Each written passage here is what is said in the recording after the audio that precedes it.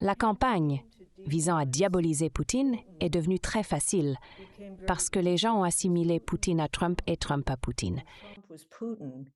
Et parce que les gens ont assimilé Poutine à Hitler, ils ont également assimilé Trump à Hitler. Les journalistes, et pas seulement les journalistes, mais aussi les responsables gouvernementaux, semblaient avoir un raccourci sur leur clavier pour blâmer Poutine. En faisant cela, beaucoup n'ont pas réussi à comprendre les problèmes de leur propre pays. Blâmer une puissance étrangère offre une échappatoire facile. Cela signifie que les problèmes ne sont pas de votre faute, donc il n'est pas nécessaire de comprendre profondément les problèmes de votre propre pays. So you don't need to know the problems of your own country in a sense.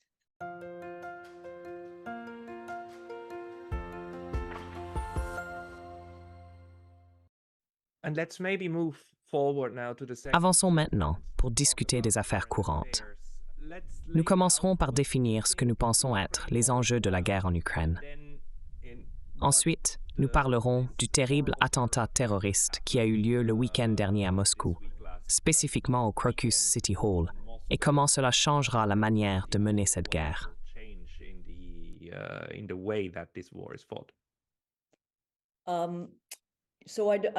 Ouais. Donc je ne pense pas que l'histoire justifie la guerre, mais elle l'informe. Encore une fois, je reviens à l'expansion de l'OTAN. Je pense que cela, plus le déploiement de missiles de défense en Europe à proximité de la Russie, joue un rôle significatif. Mais cette guerre, Pascal, dure depuis peut-être 2005 ou autour de 2013-14.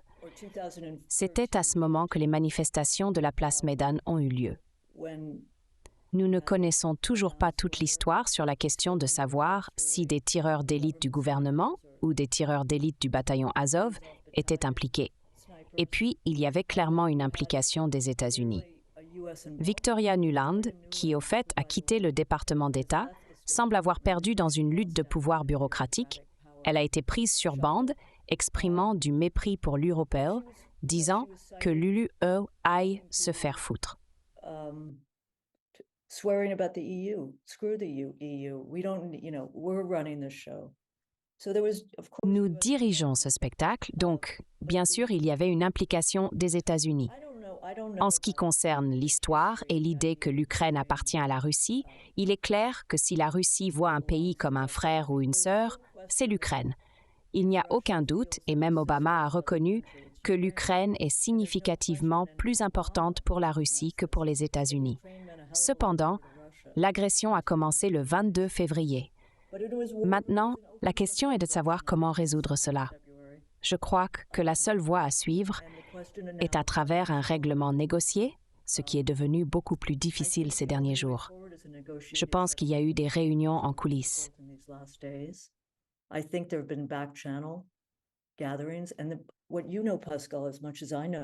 Et ce que tu sais, Pascal, autant que moi, c'est qu'il y a eu de sérieuses tentatives dès le début à Istanbul en 2022 pour trouver une voie à suivre basée sur les accords de Normandie et de Minsk.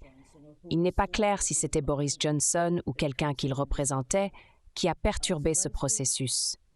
Zelensky en a fait son combat. Son pouvoir reste en raison de la position qu'il détient. Il n'y a aucun doute que cela est devenu une guerre par procuration. Récemment, Peskov, le secrétaire de presse en Russie, a cessé de la qualifier d'opération spéciale et a commencé à l'appeler une guerre en raison de l'implication occidentale.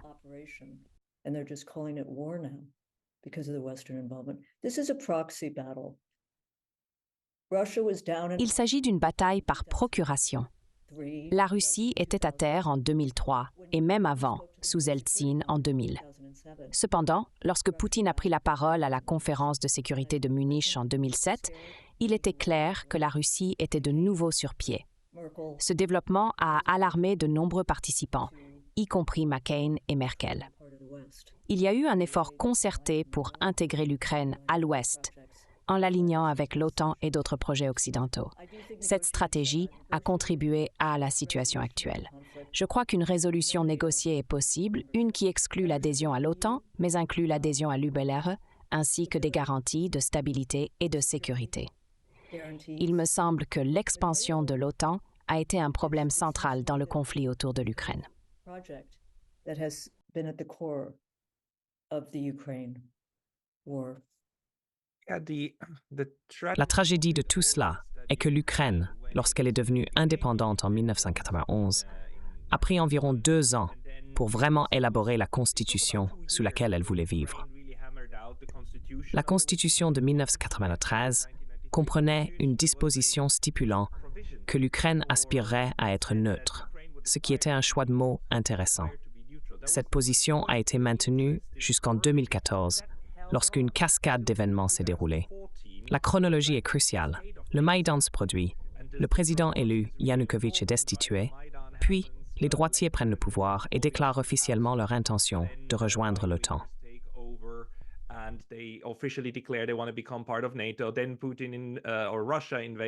Ensuite, Poutine et la Russie ont envahi la Crimée et l'ont annexée, ce qui a conduit à davantage de réactions négatives. Les partisans de la droite ont argué que cela justifiait leur position, et l'Occident a été d'accord, menant à un changement dans la Constitution. L'article sur la neutralité a été supprimé et remplacé par une aspiration à rejoindre l'OTAN, prenant essentiellement la position opposée. À partir de là, la situation s'est détériorée. Les réalistes ont argumenté pendant les 10 dernières années que cette approche est erronée. Ils croient que l'Ukraine devrait rester neutre pour des raisons géopolitiques, suggérant que les choix se situent entre une neutralité permanente ou une division permanente. Malheureusement, il semble que nous nous dirigions vers cette dernière option. La Crimée est un autre cas étonnant. C'est un port naval important de la mer Noire et est actuellement assiégé par des drones. Les changements constants d'objectifs présentent une histoire intéressante. Le président Biden et d'autres avaient assuré qu'aucune arme ne serait utilisée en Russie. Cependant, chaque jour maintenant, non seulement des drones et d'autres équipements occidentaux sont utilisés, mais récemment, les États-Unis auraient demandé à l'Ukraine de cesser de bombarder les champs pétrolifères russes. L'Ukraine a refusé. Cela a conduit à des préoccupations américaines concernant la hausse des prix du gaz. Vous n'avez pas mentionné Zelensky. Il a été élu non vraiment sur une plateforme de paix, mais plutôt sur une promesse d'apporter plus de stabilité.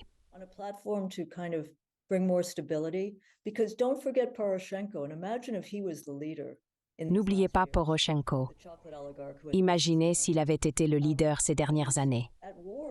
C'est l'oligarque du chocolat avec des intérêts commerciaux en Russie. Il était en guerre avec la région de Donbass-Donetsk en Ukraine, les qualifiant de terroristes. Il voyait le conflit comme un projet ou un exercice pour littéralement tuer des gens, des frères et sœurs à Donbass, pour lutter contre la Russie. Mais vous avez raison, la situation de 2000 ou 2014 à aujourd'hui ne peut pas être vue comme commençant juste en 2022 ou même après l'élection de Zelensky. En parlant du passé, vous souvenez-vous de Donald Rumsfeld. Pendant le conflit en Irak, il a commencé à référer à l'Europe comme la Nouvelle Europe et la Vieille Europe. New Europe, Old Europe. And I had Old Europe posters all over my office. J'avais des affiches de la Vieille Europe partout dans mon bureau. Mais nous assistons à la restructuration de l'Europe, en particulier avec les pays baltes et scandinaves. Les pays baltes, en particulier, jouent un rôle significatif dans le soutien à l'OTAN. Lorsque nous discutons des narratifs, Pascal, le narratif qui dépeint Poutine comme l'agresseur est prédominant. Il y a une mauvaise utilisation ou une incompréhension de l'histoire où il est comparé à Hitler. Décrit comme sur le point d'envahir et étiqueté comme impérialiste. Pourtant, je me souviens que lorsqu'il est arrivé au pouvoir en 2000, le Wall Street Journal et le New York Times le décrivaient comme un homme avec qui faire des affaires. When the Wall Street Journal and the New York Times said he's a man to do business with, and the Nation editorial, which I wrote, said he's, has tendencies. L'éditorial de The Nation que j'ai écrit mentionnait que Poutine a des tendances autoritaires et que son leadership serait un départ de celui de Eltsine. Il reconnaissait que le règne de Poutine serait difficile. Bien qu'il y ait une perception que Poutine regrette l'Union soviétique et son empire, il a été cité en disant que sa dissolution était l'une des plus grandes catastrophes géopolitiques du XXe siècle. Cependant, il a également déclaré que quiconque veut que l'Union soviétique soit reconstituée n'a pas de tête, mais quiconque ne la regrette pas n'a pas de cœur. Cela suggère qu'il comprend la nécessité d'aller de l'avant. Pendant ce temps, les États baltes semblent revisiter leur histoire pour obtenir le soutien de l'OTAN et d'autres.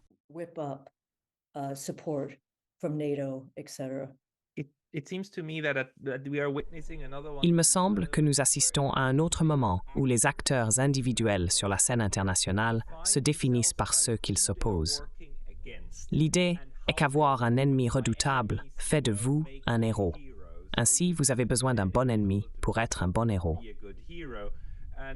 En ce qui concerne Vladimir Poutine et la Russie, il est intéressant de voir comment la Russie et la guerre ont été dépeintes au cours des 2 ou 3 dernières années. Rappelez-vous, pendant le COVID, il y avait très peu de reportages. Ensuite, la guerre a éclipsé le COVID et tout a changé de focus. Pendant les 2 dernières années, comprendre la Russie a essentiellement signifié essayer de comprendre l'état d'esprit de Poutine. Les médias grand public ont assimilé la Russie à Poutine.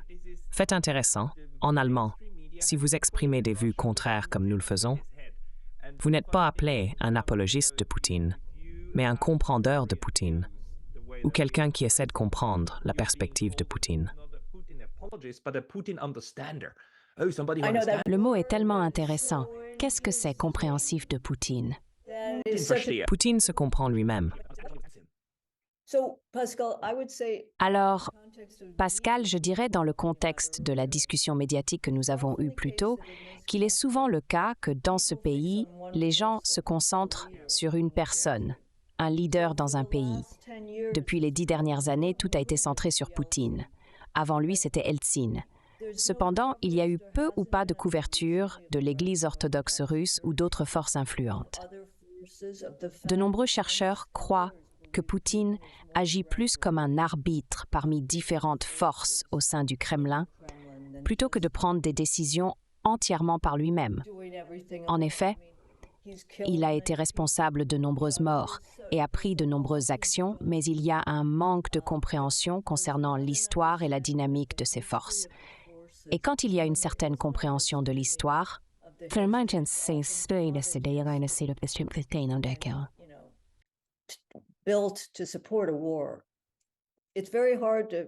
il est très difficile d'avoir une véritable analyse en temps de guerre.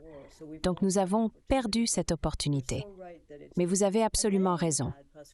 Et puis Pascal, n'oublions pas la campagne dans ce pays de Hillary Clinton. Il est rapporté que le lendemain de sa défaite choquante, son directeur de campagne et 1 ou 2 autres ont décidé de blâmer la Russie. Ils auraient pu blâmer le chômage dans le Wisconsin ou Comey. Elle aurait pu être dévastée que le conjoint de son assistante la plus proche ait été impliqué dans un scandale. Cependant, la campagne pour diaboliser Poutine est devenue très facile parce que Poutine était assimilé à Trump et Trump était assimilé à Poutine. Ainsi, Poutine a été comparé à Hitler, ce qui signifiait à son tour que c'était Hitler. Oui. Le nombre qu'ils devaient avoir sur leur clavier, pas seulement les journalistes, mais aussi les fonctionnaires du gouvernement, était de blâmer Poutine. En faisant cela, beaucoup ont échoué à comprendre les problèmes de ce pays. Blâmer une puissance étrangère signifie que ce n'est pas de votre faute, donc vous n'avez pas besoin de connaître les problèmes de votre propre pays. Mais la diabolisation va plus loin. Mon défunt mari était un érudit brillant. Son livre sur Boukharine, une alternative au stalinisme, a été lu non seulement par Gorbatchev, mais a également incité des changements.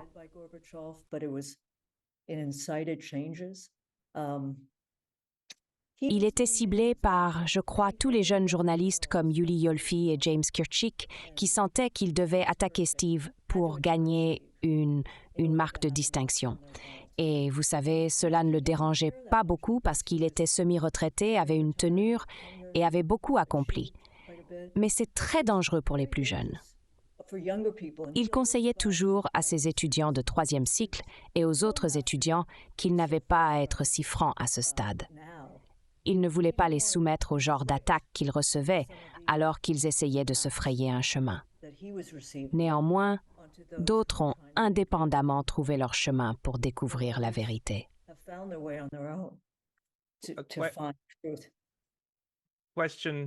La question de l'intérêt personnel se pose, mais je crois également qu'il est dangereux de poursuivre des récits alternatifs et d'essayer de découvrir la vérité. Nous voyons des preuves de cela, n'est-ce pas? Julian Assange n'est pas en prison parce qu'il a commis un meurtre. Il est en prison parce qu'il a exposé le meurtre de personnes. Tout ce qu'il a publié était exact. Il n'y avait pas de fausseté. Tout était vrai, mais ces vérités étaient dérangeantes.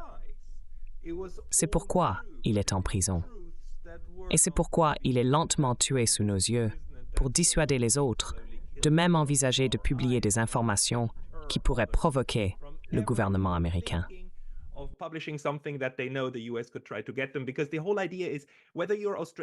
Parce que toute l'idée est que vous soyez australien ou vivant à l'étranger, les États-Unis vous attraperont si vous osez divulguer quelque chose.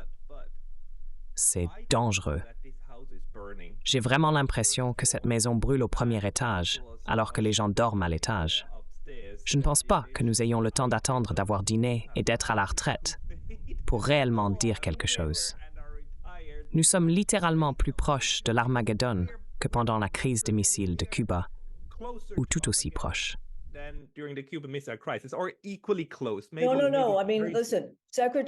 Non, écoutez.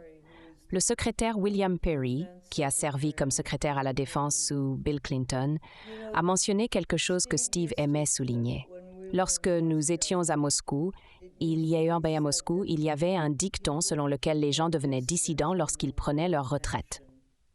Maintenant, Perry a 87 ans et vivant près des laboratoires en Californie, a déclaré il y a 2 ans que le péril nucléaire aujourd'hui est plus dangereux que pendant l'apogée de la guerre froide. D'ailleurs, je ne suis pas sûre de comment appeler cette ère, je suis pas sûre de comment appeler cette ère, puisque les gens continuent de la référer comme « après la guerre froide ». À bien des égards, c'est plus complexe que la guerre froide, parce que cela implique plusieurs puissances, ce qui la rend tripolaire ou même quadripolaire.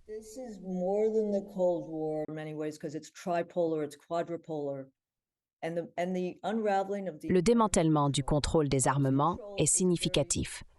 Le terme « contrôle des armements » peut sembler ennuyeux, mais atteindre un véritable contrôle des armements est difficile sans changement politique. Il se délite, en particulier depuis la dissolution de 2002 du traité ABM, qui a marqué un point critique. Ensuite, sous Trump, souvent critiqué pour sa relation avec Poutine, le dernier accord, le traité Ciel ouvert, a été abandonné en 2017. Cette situation est périlleuse. Cependant, il y a une différence notable par rapport au passé. Par exemple, en 1982, lorsque j'étais brièvement à The Nation, 1 million de personnes se sont rassemblées à Central Park pour exiger l'abolition des missiles en Europe, spécifiquement les missiles INF. Ils ne les voulaient pas là. Ouais, mais quelque chose s'est passé lorsque l'Union soviétique a été dissoute. Cet événement a conduit à une croyance parmi la jeune génération que nous étions en sécurité. Il est vrai que le changement climatique est une crise existentielle, mais cela ne signifie pas que nous devrions ignorer la menace nucléaire, qui est très réelle. Cette menace est souvent écartée, surtout lorsque Poutine mentionne le danger des armes nucléaires. Les gens n'écoutent pas ou ne lisent pas assez attentivement. Cependant, je crois qu'il y aura un réveil concernant cette question.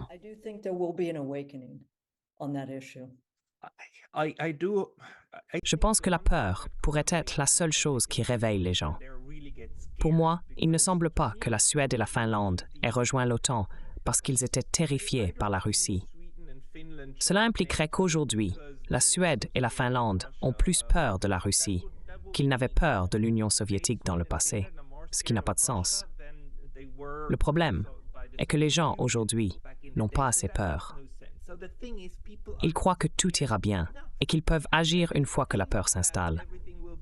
Cela pourrait changer les choses. Cependant, la question demeure. Sera-t-il déjà trop tard à ce moment-là?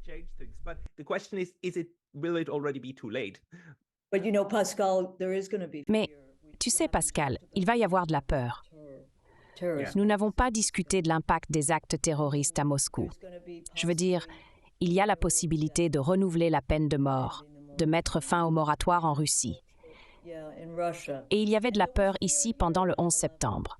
Les gens espéraient que la peur amènerait les Américains à en apprendre davantage sur le monde extérieur. Mais ce n'était pas le cas. Au lieu de cela, cela a poussé les gens vers l'intérieur. Nous avons eu des débats sur la torture et Abu Ghraib. C'était une dégradation complète d'un système déjà difficile. Mais en Russie, tu sais, j'étais à Moscou pendant l'attaque terroriste de Beslan, sur l'école, pas à l'endroit, mais dans la ville, lorsque le théâtre de Dubrovka a été pris d'assaut par des terroristes.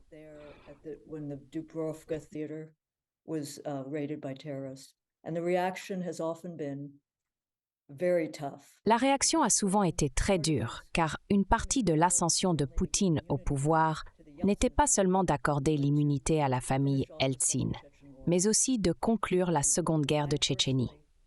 Personnellement, il existe certaines preuves suggérant que les reportages d'Anna Politkovskaya sur la torture et la corruption en Tchétchénie ont contribué à sa mort. La Tchétchénie est devenue un lieu de danger croissant.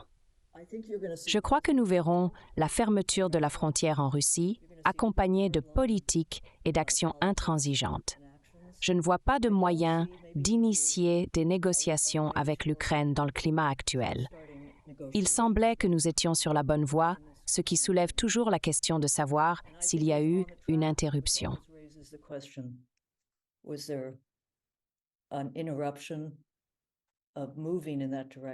Dans cette direction, et vous l'avez mentionné plus tôt, Peskov a effectivement cessé de se référer à cela comme une opération militaire spéciale et utilise maintenant le mot « guerre ». C'est significatif car, dans le passé, les gens étaient punis pour avoir utilisé ce terme, car ce n'était pas le récit préféré pour décrire le conflit.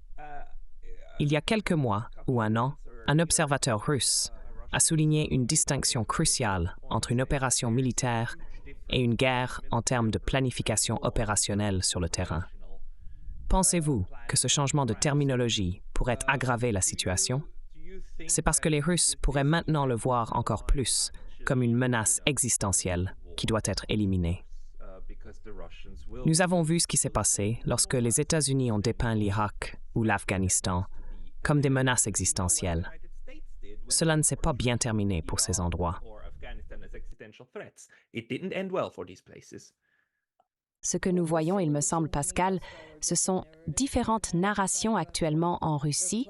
Ils reconnaissent la menace islamiste, mais suggèrent encore des liens possibles avec l'Ukraine. Cela a du sens. Je veux dire, il pourrait y avoir des liens, ça pourrait être vrai, ou peut-être pas, mais c'est une idée vendable. C'est une stratégie commercialisable. Donc, s'il l'accentue, nous pourrions voir une augmentation de la tension. Maintenant, en ce qui concerne la mobilisation, c'est un facteur important à ne pas négliger. Politiquement parlant, il semblait probable que Poutine prévoyait de procéder à la mobilisation après l'élection. Sans recourir à la coercition, il aurait probablement reçu 70% des voix, malgré la revendication officielle de 88%. Cependant, il est incertain qu'ils se concentreront davantage sur la menace islamique plutôt que sur l'Ukraine. Le conflit en Ukraine est déjà intense. Alors, la question est, comment peuvent-ils l'escalader davantage? Peut-être en augmentant la fréquence des bombardements, bien que je dise cela sans intention d'être insensible. Quelle est votre opinion? Pensez-vous que cela conduira à une escalade des activités militaires en Ukraine?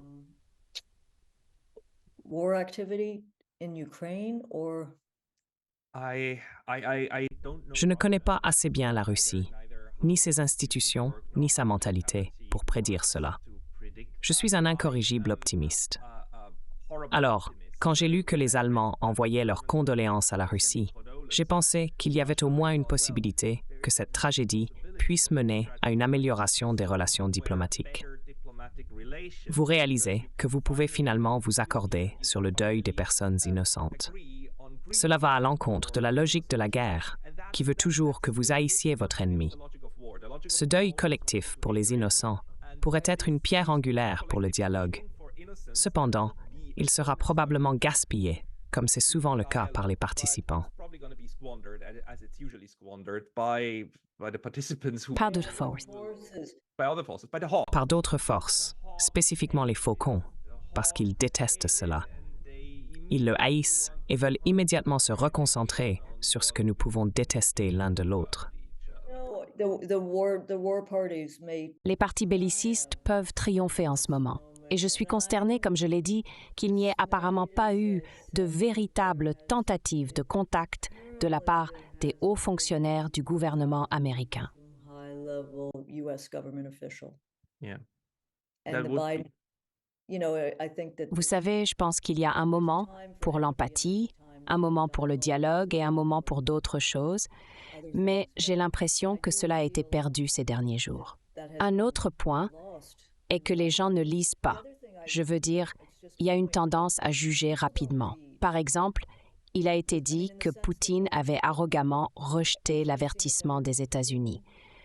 C'était intéressant compte tenu du devoir de protection qui existe.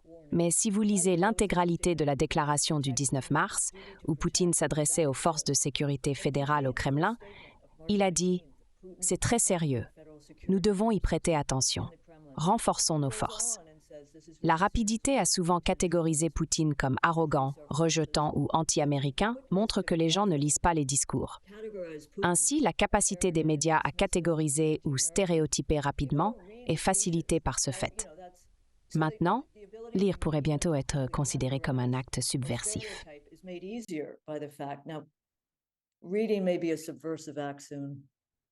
Écouter les mauvaises sources peut être trompeur, tandis que les bonnes sources sont bénéfiques. Katharina van den Heuvel, je tiens à vous remercier beaucoup pour la discussion d'aujourd'hui. Thank you very much for the discussion today. Merci beaucoup.